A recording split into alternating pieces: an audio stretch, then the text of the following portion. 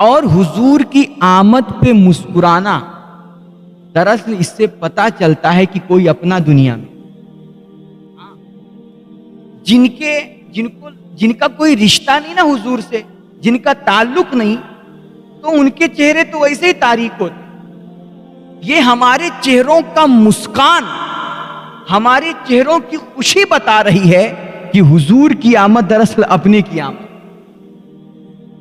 ایک صاحب، یہ دیکھو نا، جیسے 12 ربیع النور شریف کا مہینہ آتا ہے، جیسے میرے آقا کی ولادت کا وقت آتا ہے نا، ہماری گلیاں سج جاتی ہیں، محلے روشن ہو جاتے ہیں. ایک صاحب کہنے لگے کہ حضرت یار آپ لوگ سمجھتے کیوں نہیں، یہ فضول خرچی ہے، لاکھوں لاکھ کمکمے لائٹ میں خرچ کر دیتے ہو تم لوگ، یہ بڑی فضول خرچی ہے یار، سمجھو اس کو.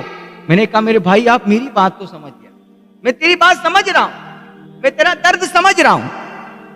وہ کہہ رہا ہے حضرت سمجھیے ہماری. میں نے کہا میں سمجھ رہا ہوں، لیکن تو بھی تو ہماری سمجھ یار. تو کہتا ہے کہ یہ چراغا کیوں کرتے ہو؟ ارے چراغا تو ہماری پہچان ہے، یہ حضور کی آمد پہ لائٹ لگانا اور گلیوں کو سجانا اور محلوں کو روشن کرنا، یہ ہماری علامت ہے یار، یہ ہماری پہچان ہے. روشنی ایمان والوں کی پہچان ہے. آج ہم نے اپنے نبی کی آمد کی خوشی میں گلیاں روشن کی ہیں، کل مر کے ہم قبر میں پہنچیں گے، دیکھنا انشاءاللہ ہماری قبر بھی منور ہوگی، ہماری قبریں بھی روشن ہوں گی. جی ہاں، آج ہم نے اپنے نبی کی خوشی میں اپنی گلیوں کو سجایا ہے، اپنے محلوں کو سجایا ہے، راستوں کو روشن کیا ہے. کل بدلے میں حضور ہماری قبر میں اتر کر کے ہماری قبروں کو روشن کریں. قبر میں لہرائیں گے تا حشر چشمے نور کے، قبر میں لہرائیں گے تا حشر چشمے نور کے، جلوہ فرما ہوگی جب طلعت رسول اللہ. تو یہ ہماری علامت، ہماری مسجدیں روشن ہوتی ہیں، گلیاں روشن ہوتی ہیں، محلے روشن ہوتے ہیں. روشنی ہماری پہچان ہے. اور صرف یہ دنیا اور قبر تک نہیں، حشر میں بھی دیکھنا، نور آنکھوں میں تو چہرے پہ اجالے ہوں گے، نور آنکھوں میں تو چہرے پہ اجالے ہوں گے، مصطفیٰ والوں کے انداز نرالے.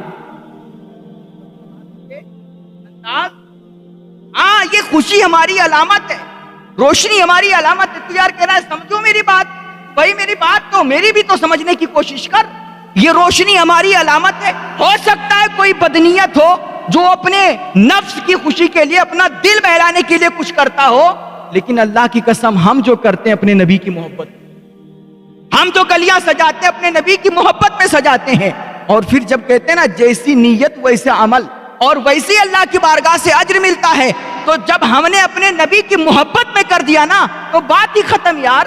اس لیے فتوے بازی مت کیا کرو یار، ہر جگہ اللہ کے واسطے اعتراض نہ. یہ حضور کی خوشی میں ہم منا رہے ہیں، اور تم یار کہتے ہو کہ یار تمہیں کمکمے ہضم نہیں ہو رہے، تمہیں چھوٹی چھوٹی لائٹیں ہضم نہیں ہو رہی ہیں. اللہ کی قسم میں کہہ رہا ہوں، تم کمکمے اور لائٹوں کی بات کرتے ہو، ارے ہمارا بس نہیں چلتا ہے، ورنہ اپنے نبی کی آمد کی خوشی میں ہم آسمان کے تارے بھی توڑ کر کے لائیں اور فرش زمین پر بچھائیں. تم کمکمے کی بات کرتے ہو یار، اتنی چھوٹی سی بات. اللہ کی قسم حضور کی آمد کی خوشی وہ خوشی ہے کہ آسمان کے ستارے بھی کم پڑ گئے. اور اللہ نے یہ کیوں آسمان کے ستارے کیوں سجائے، یہ چاند کیوں روشن کیا، یہ دنیا کیوں روشن کی، تمہارے لیے، ہمارے لیے؟ نہ یہ سب آمینہ کے لال کا صدقہ ہے. یہ ساری کائنات جو رب نے سجائی ہے، اللہ نے حضور کے لیے پوری دنیا سجا دی. ہم نے آج حضور کی محبت میں گلی سجا دی تو تیرے پیٹ میں درد ہونے لگا. اللہ کے بعد ہر جگہ اعتراض ہے. اور یار یہ محبت کے رنگ ہیں ہمارے، یہ محبت کا انداز ہے، یہ عشق کا اظہار ہے یار، اس کو سمجھو تم.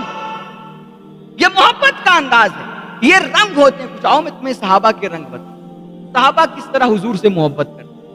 ایک صحابی ہیں حضرت صہیب بن سنان رومی، حضرت صہیب بن سنان رومی رضی اللہ تعالی. کہتے ہیں نا یہ مکے میں رہتے تھے اور حضور ہجرت کر کے مدینہ تشریف لے کے چلے گئے. ظالم حکومت تھی اس وقت، کفر کا دورہ تھا.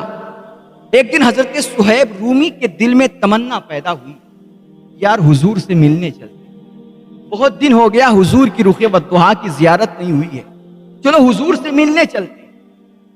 کہتے ہیں انہوں نے گھوڑا تیار کیا، سواری تیار کی، رخت سفر باندھا اور گھوڑے پہ سوار ہو کر کے جیسے چلے، سامنے ابو جہل آ گیا. کون؟ ابو جہل آیا اور اس نے کہا کہاں جا رہے ہو؟ آپ نے فرمایا کہ میں مدینہ جا رہا ہوں۔ کس لیے؟ اپنے نبی سے ملنے کے لیے۔ کہا تم مدینہ نہیں جا سکتے۔ اس نے کہا مدینہ نہیں جا سکتے۔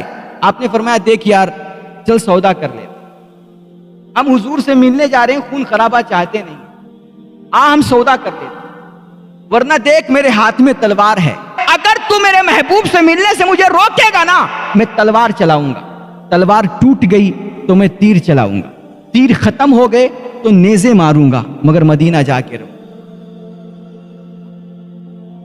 رہوں گا، حضور سے مل کے رہوں گا، اپنے نبی سے آج میں ملاقات کروں گا، چاہے دنیا آ جائے مجھے روکنے کے لیے، روک نہیں سکتی۔ یہ عشق کا جذبہ، یہ محبت کی آگ اللہ کی قسم ساری کائنات کو پیچھے چھوڑ دیتی ہے۔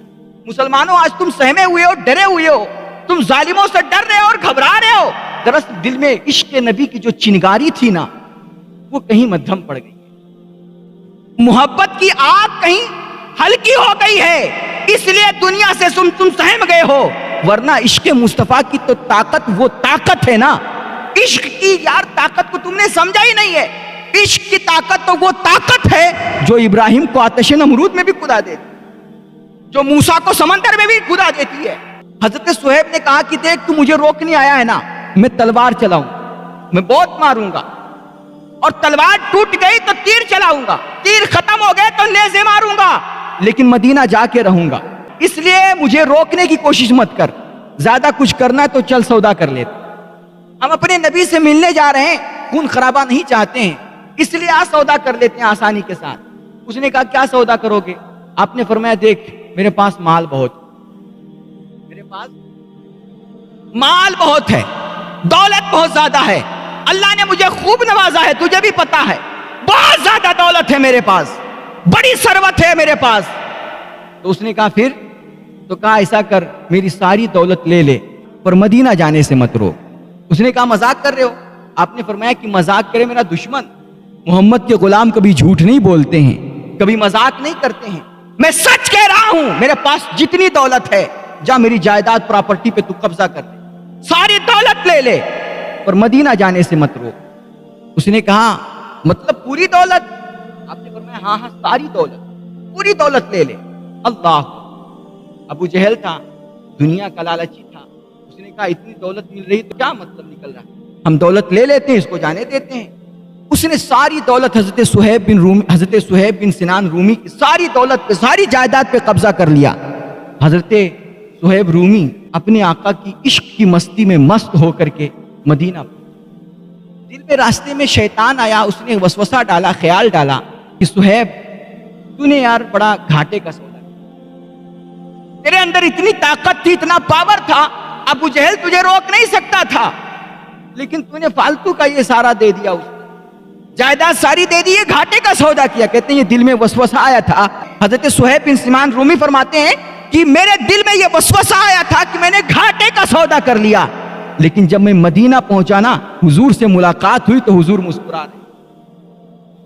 رہے اور کہتے ہیں حضور نے مسکرا کے ملاقات کر کے سب سے پہلا جو جملہ ادا کیا، حضور نے مسکرا کے فرمایا صہیب تو نے کوئی گھاٹے کا سودا نہیں، تو نے کوئی گھاٹے کا سودا نہیں کیا، یار ساری جائیداد لٹا کر کے تو نے اپنے رب رسول کو راضی کیا ہے، اور اگر دنیا دے کر کے رب رسول مل گئے ہیں تو کوئی گھاٹے کا سودا نہیں ہے۔ یار ساری جائیداد قربان کر دی حضرت صہیب رومی نے اور ساری دولت لٹا دی صرف حضور کی محبت میں، اور تو یار ہمارے کمکمے برداشت نہیں کر پاتا ہے، 1000-2000 کی لائٹ پہ اعتراض کرتا ہے، یار انہوں نے ساری دولت قربان کر کے حضور کی محبت حاصل کی ہے۔ اگر ہم حضور کی یاد میں آج کمکمے لگا رہے ہیں، حضور کی رضا حاصل کرنے کے لیے، اللہ کی خوشنودی حاصل کرنے کے لیے، اللہ کے حبیب کی آمد میں گلیاں سجا رہے ہیں، تو تیرے پیٹ میں درد کیوں ہو رہا ہے؟ اللہ اکبر۔ آؤ صحابہ کرام کے یہ عشق کے رنگ ہیں، یہ محبت کے انداز ہیں۔ حضرت حباب بن منذر رضی اللہ عنہ غریب صحابی تھے، ایک دن بہت گھر میں فاقہ پڑ گیا، بڑی مجبوری آ گئی، بہت زیادہ تنگی آ گئی، اور گھر کے چولہے میں آگ جلنے کی نوبت نہیں آئی، کئی دن گزر گئے، تو پھر آپ نے ایک دن جا کر کے آس بن وائل نام کر کے ایک یہودیوں کا سردار تھا، اس کے یہاں جا کر کے آپ نے مزدوری کی، کہیں کام نہیں مل رہا تھا، آپ نے کہا چلو ٹھیک ہے ہم محنت مزدوری کر کے مزدوری تو حاصل کر سکتے ہیں۔ تو آپ آس بن وائل کے پاس گئے اور اس سے کہا یار کوئی کام دے دو، کوئی تمہارا کام ہو تو میں کر دیتا ہوں، اس کی مزدوری مجھے دے دینا۔ اس نے ایک کام بتایا، بڑا ٹف کام تھا، بڑا مشکل کام تھا، لیکن اب مجبوری سامنے تھی۔ آپ نے وہ ڈیوٹی لے لی، ذمہ داری لے لی اور دن بھر کام کرتے رہے۔ سارا دن بھر کام کیا نا، جب کام کمپلیٹ ہوا رات میں جا کر کے تو آپ بہت خوش ہوئے اور آپ نے دل میں سوچا کہ اب تو میرے بچوں کے کھانے پینے کا آج کا انتظام ہو ہی جائے گا۔ آپ خوشی خوشی ہاتھ وغیرہ صاف کر کے اس کے آس بن وائل کے پاس گئے اور آپ نے کہا کہ دیکھ میں نے سارا کام تیرا مکمل کر دیا ہے، اب لا میری مزدوری مجھے دے دے۔ اللہ، جب کہتے ہیں نا آپ نے کہا کہ میری مزدوری مجھے دے تو وہ بدبخت مکر گئے اور اس نے کہا کیسی مزدوری؟ آپ نے فرمایا دن بھر تیرا کام کیا ہوں، اس کی مزدوری دے۔ اس نے کہا مزدوری نہیں ملے گی۔ اب سوچئے 3-4 دن سے گھر میں فاقہ چل رہا ہے، آج دن بھر محنت کیا، مزدوری کی، کتنی خوشی حاصل ہوئی ہوگی کہ ابھی مزدوری ملے گی تو بچوں کو کھانا کھلاؤں گا، بچوں کا پیٹ پالوں گا۔ لیکن جب مزدوری ملنے کی بات آئی تو وہ بدبخت نے انکار کر دیا۔ آپ نے کہا وجہ مزدوری کیوں نہیں دے گا؟ اس نے کہا تو مسلمان ہے۔ یہ آج مسلمانوں کو مسلمانوں کے نام پہ جو ستایا جا رہا ہے کوئی نئی بات نہیں ہے، یہ شروع سے ستایا گیا مسلمانوں کو مسلمان ہونے کی وجہ سے۔ آج جو تمہیں نوکریوں سے بے دخل کیا جاتا ہے، بے روزگار بنایا جاتا ہے، تمہیں ہر طرح سے کمزور کیا جاتا ہے، یہ کوئی نئی بات نہیں ہے، یہ کفر کی ہمیشہ سے سازش رہی ہے کہ ہر اعتبار سے مسلمانوں کو کمزور کرو اور مسلمانوں کے ساتھ ظلم کرو۔ حضرت حباب بن منذر نے کہا بھائی میری مزدوری دے، اس نے کہا نہیں دوں گا۔ کہا کیوں؟ کہا تو کلمہ پڑھتا ہے محمد کا، کلمہ چھوڑ، اسلام چھوڑ تو تجھے تیری مزدوری دے دوں گا۔ اللہ، بڑا امتحان، کئی دن سے بچے کھانا نہیں کھائے اور آج یہی ایک امید تھی کہ مزدوری ملے گی تو بچوں کو کھانا کھلا دوں گا، گھر کے چولہے میں آگ جل جائے گی۔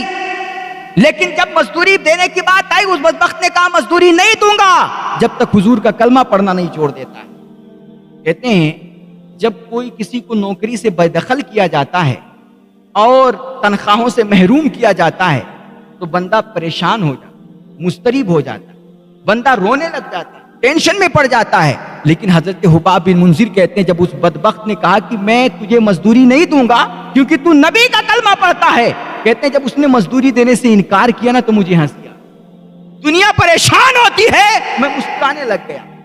اس نے کہا کہ میں مزدوری نہیں دوں گا جب تک حضور کا کلمہ پڑھنا نہیں چھوڑ دیتا ہے۔ میں نے کہا کتنے بچوں والی بات کر، کتنا بیوقوف ہے یار، اس تھوڑی سی مزدوری پہ تو کلمے کی بات کر گئے، تو ایک دن کی مزدوری کے بدلے حضور کا اسلام چھوڑنے کی بات کرتا ہے۔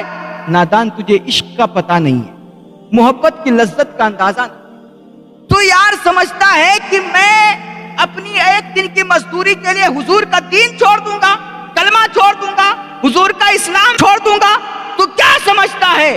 بدبخت، محبت کا مزہ تجھے کیا پتا، یہ تو مزدوری کی بات کرتا ہے۔ میں کہتا ہوں یہ ایک جان کیا ہے اگر ہو کروڑوں، یہ ایک جان کیا ہے اگر ہو کروڑوں۔ یا رسول اللہ تیرے نام پہ سب کو وارا کروں، تیرے نام پہ سب کو وارا کروں میں، تو سمجھتا ہے ایک دن کی مزدوری کے لیے میں حضور کا کلمہ پڑھنا چھوڑ دوں گا؟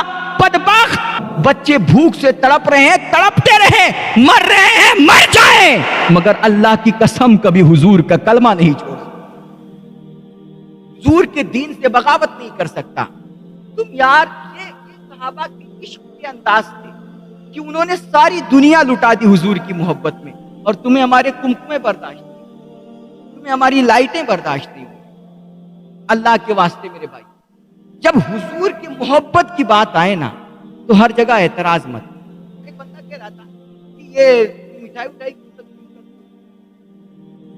یہ سب ناجائز ہے بھائی، دین کا کوئی حصہ نہیں ہے، یہ مٹھائی بانٹنے اور جو ہے خوشیاں بتانے اور مبارکباد دینے کا تو کوئی رواج ہی نہیں، اور کبھی کسی نے نہیں کیا، تم لوگ کیوں کرتے ہو؟ دوسرے دن دیکھا وہ بندہ چوراہے پہ لوگوں کو مٹھائی بیٹھ رہا تھا اور کہہ رہا تھا مبارک ہو میرے گھر میں، میرے گھر بچہ پیدا ہوا. میں نے کہا بدبخت تیرے گھر تیرا بچہ پیدا ہو, جیسا بھی ہو, لولا ہو, لنگڑا ہو, اندھا ہو, کانا ہو, معذور ہو, مفلوج ہو, جیسا بھی ہو, تیرے گھر تیرا بچہ پیدا ہوتا ہے تو تو چوراہے پہ کھڑے ہو کر کے مٹھائیاں بانٹتا ہے, مبارکبادیاں دیتا ہے. کائنات میں آمینہ کا لال آیا ہے, رحمت للعالمین کی آمد, نور بن کر نور لے کر نوری پہ کر آ گیا, عرش اعظم کا ستارہ اب زمین پر. ہم اس پہ خوشی نہ منائیں میرے بھائیوں. صحابہ کی یہ انداز, صحابہ کی عشق کی یہ رنگ میں آخری بات دیکھو, الگ الگ. ایک صحابی ہیں حضرت خزیمہ رضی اللہ تعالی. کون ہے؟ دیکھو حضور سے کس طرح وہ محبت کرتے تھے صحابہ کرام, کس قدر پیار کیا کرتے تھے, اور ان کے پیار کے انداز کیسے کیسے, رنگ کیسے کیسے ہوا کرتے. کہتے ہیں حضرت خزیمہ یہ وہ صحابی ہے نا, ویسے تو شریعت کا قانون ہے, ہمارے دین کا قانون ہے کہ جب کسی بات کی گواہی کی ضرورت پڑے گی تو کم سے کم 2 بندوں کا گواہ ہونا ضروری ہے. 2 آدمی, 2 بالغ, اچھے خاصے عقل مند, سمجھدار والے 2 بندے جب تک گواہی دے نہیں دیں گے, جب تک کوئی بات مانی نہیں جائے, جب تک کوئی بات مانی, 2 بندوں کی گواہی ضروری ہے. لیکن حضرت خزیمہ یہ وہ صحابی ہیں جن کے بارے میں اللہ کے نبی نے فرمایا ویسے تو دین میں 2 بندوں کی گواہی کی ضرورت پڑتی ہے, کسی بھی بات کی گواہی کے لیے 2 بندوں کی گواہی کی ضرورت پڑتی ہے. لیکن میں محمد کہہ رہا ہوں, اگر میرا خزیمہ کسی کے بارے میں کوئی بات کہہ دے تو اس کی کہی ہوئی تنہا بات بھی 2 بندوں کے بات کے برابر ہو. خزیمہ کسی کے تعلق سے گواہی دے دیں تو ایک خزیمہ کی گواہی 2 بندوں کی گواہی کے برابر. ایک خزیمہ کی گواہی 2 بندوں کی گواہی کے برابر ہے. جانتے ہیں مقام یہ مرتبہ کیوں ملا حضرت خزیمہ کو؟ محبت رسول میں, حضور کے عشق میں. ہوا کیا, ایک دن میرے آقا علیہ الصلوۃ والتسلیم بازار, مدینے کے بازار میں نکلے تھے, تھوڑا گھومنے ٹہلنے کے لیے, سیر کرنے کے لیے. آپ جب بازار میں تشریف لے گئے تو دیکھا ایک بندہ, ایک عربی تھا, وہ اپنے گھوڑے کو چارہ کھلا رہا. اس کا گھوڑا بڑا خوبصورت, بڑا اچھا, بڑا نسلی گھوڑا تھا. وہ گھوڑا حضور نے دیکھا نا تو حضور کو پسند آ گیا, گھوڑا حضور کو پسند آ گیا. تو میرے نبی نے اس سے پوچھا کہ بھائی گھوڑا بیچو گے؟ اس نے کہا بیچوں گا, آپ کہہ رہے ہو تو بیچوں گا. ایسے بیچنے کا ارادہ تھا نہیں, لیکن آپ فرما رہے ہو تو میں بیچوں گا. کہا کتنے میں؟ تو اس نے ایک قیمت بتائی, مثلاً آپ کہہ لیجئے 1000 دینار. اس نے کہا 1000 دینار میں بیچوں گا. حضور نے خریدنے تو گئے نہیں تھے, ایسے گھومنے ٹہلنے, تو اس نے پیسہ ساتھ لے کر نہیں گئے تھے. اچانک گھوڑا دیکھا, پسند آ گیا تو حضور نے مول بھاؤ کر دیا. تو آپ نے, چونکہ پیسے تھے نہیں, اس لیے آپ نے فرمایا کہ بھائی چلو گھوڑا لے کر کے میرے ساتھ چلو, میں اپنے کاشان نبوت پہ پہنچ کر کے تمہیں پیسہ دے دوں گا, اس کی قیمت ادا کر دوں گا, تم گھوڑا مجھے دے دینا, پیسہ لے کر واپس آ جانا. کہتے ہیں حضور آگے آگے چلے, وہ بندہ اپنا گھوڑا لے کر کے پیچھے پیچھے چلا. حضور تیز قدموں سے جا رہے تھے, یہ پیچھے پیچھے دھیرے دھیرے آ رہا تھا. حضور آگے نکل گئے, یہ اپنا گھوڑا لے کے جا رہا تھا. گھوڑا بڑا خوبصورت تھا, اس لیے جب گھوڑا لے کر کے چلا نا, جو دیکھتا تھا سب کو گھوڑا پسند آ رہا. تو ایک بندے نے اس کے گھوڑے کو دیکھا تو کہا بھائی گھوڑا تمہارا بڑا اچھا ہے, گھوڑا بیچو گے؟ اس نے کہا میں بیچ چکا ہوں. کہا کتنے میں؟ کہا 1000 میں. کہا یار مجھ سے 1500 دے. اس کے دل میں لالچ آئی, لیکن کہہ چکا تھا اس سے کہ میں بیچ چکا ہوں, وعدہ کر چکا تھا, سودا ہو چکا تھا, تو اس لیے کہا کہ نہیں بھائی بیچ چکا ہوں, میں نہیں بیچوں گا. آگے بڑھا تو دوسرے بندے نے دیکھا, اس کو بھی گھوڑا پسند آ گیا. اس نے کہا بھائی گھوڑا بیچو گے؟ اس نے کہا میں بیچ چکا ہوں. کہا کتنے میں؟ کہا 1000 میں. کہا یار مجھ سے 2000 دے, مجھے دے. تو اس نے کہا نہیں بھائی میں بیچ چکا ہوں, میں ابھی بیچ سکتا. آگے بڑھا, تیسرے بندے نے دیکھا, اس نے کہا بھائی گھوڑا بڑا اچھا ہے, بیچو گے؟ اس نے کہا میں بیچ چکا ہوں. کہا کتنے میں؟ کہا 1000 میں. کہا مجھ سے 3000. ایسے ایسے کرتے کرتے جو بھی دیکھتا نا گھوڑا پسند آ جاتا, اور گھوڑے کی قیمت بڑھتے بڑھتے 1 لاکھ تک پہنچ گئی. اب 1 لاکھ, 1000 کی جگہ پہ 1 لاکھ مل رہا ہو, کون نہ ڈگمگائے. یہاں تو مسلمان 5 روپے کی چائے میں بک جاتا ہے, ہاں وہ تو 1 لاکھ کی بات. ہاں بھائی, تو جب 1 لاکھ تک پہنچا نا, 1 لاکھ تک, تو پھر یہ ڈگمگا ہی گیا۔ اب حضور اپنے کاشان نبوت پہ پہنچے، آپ نے 1000 دینار لیا اور آ کر کے اس کے پاس پہنچے، کہا بھائی لو اپنی قیمت کو گھوڑا ہمارے حوالے کرو۔ اس نے کہا کیسا گھوڑا؟ آپ نے فرمایا بھائی ابھی یہ تمہارا گھوڑا مجھ سے سودا کیا نا؟ اس نے کہا نہیں میں نے تو سودا نہیں کیا، پکڑ گیا۔ آپ نے فرمایا بھائی تم نے سودا کیا ہے؟ اس نے کہا نہیں میں نے کوئی سودا نہیں کیا۔ اب بحث ہونے لگی تو اپنے بھی آ گئے، پرائے بھی آ گئے، دوست بھی آ گئے، دشمن بھی آ گئے، مسلمان بھی اکٹھا ہوئے، کافر بھی اکٹھا ہوئے، لوگوں کی بھیڑ لگ گئی، بحث ہو رہی ہے۔ حضور کہہ رہے ہیں کہ میں نے خریدا ہے، سودا ہوا ہے، وہ کہہ رہا ہے میں نے کوئی سودا نہیں کیا ہے۔ ایسے بات ہوتے ہوتے نا جب زیادہ بات بڑھی تو اس نے کہا اچھا اگر تم کہہ رہے ہو کہ میں نے سودا کیا ہے تو کوئی ایک گواہ پیش کر دو، میں مان دوں گا۔ اور جب حضور کا سودا ہوا تھا تو کوئی بھائی تو گواہ کہاں سے لائیں؟ اور اس نے بات ہی اسی لیے کی تھی کہ گواہ تو لا نہیں پائیں گے کیونکہ کسی کے سامنے بات ہوئی نہیں، تو گواہ لا نہیں پائیں گے، اس لیے میں گھوڑا دوں گا نہیں اور میں 1 لاکھ میں بیچ دوں گا۔ تو اس نے کہا کوئی ایک گواہ لا دو تو میں مان دوں اور گھوڑا آپ کے حوالے کر دوں۔ تو کہتے ہیں حضور نے فرمایا بھائی جس وقت ہمارا سودا ہوا تھا وہاں کوئی گواہ تھا ہی نہیں، تو ہم گواہ کہاں سے لائیں؟ اس نے کہا نا جب تک گواہ نہیں لاؤ گے ہم آپ کو دیں گے، ہم مانیں گے نہیں کہ سودا ہوا ہے۔ پیچھے حضرت خزیمہ کھڑے تھے، انہوں نے کہا لبیک یا رسول اللہ، لبیک یا رسول اللہ، یا رسول اللہ میں گواہی دیتا ہوں اس نے گھوڑے کا سودا کیا ہے، میں گواہی دیتا ہوں گھوڑے کا سودا کیا ہے۔ آپ نے اب چونکہ ایک بندہ مل گیا گواہ تو بات پوری ہو گئی، شرط پوری ہو گئی، تو اس کو مجبوراً گھوڑا دینا پڑا۔ آپ نے قیمت دی اور گھوڑا حضرت بلال کو تھمایا، کہا بھائی اس کو تم گھر لے کر کے جاؤ۔ اور پھر حضرت خزیمہ کو حضور نے بلایا اور کہا خزیمہ یار جس وقت سودا ہوا تھا تو تھا ہی نہیں، سودا ہوتے تو نے دیکھا ہی نہیں تو گواہی کیسے دے دی؟ اللہ کہتے خزیمہ گھوڑے کا سودا ہوتے تو نے دیکھا ہی نہیں تو گواہی کیسے دے دی؟ اب سنو حضرت خزیمہ کے جملے، کیا ایمان ہے، کیا حضور سے محبت ہے، اور کیا عشق کا رشتہ ہے، اور کیا مضبوط ایمان کامل ہے۔ جب حضور پاک نے فرمایا خزیمہ جب گھوڑے کا سودا ہوا تھا سودا ہوتے تو نے دیکھا ہی نہیں تو گواہی کیسے دے دی؟